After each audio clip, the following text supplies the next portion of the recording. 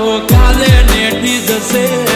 તારી મારી ભાઈબંધી તો જિંદગી ભર રહેશે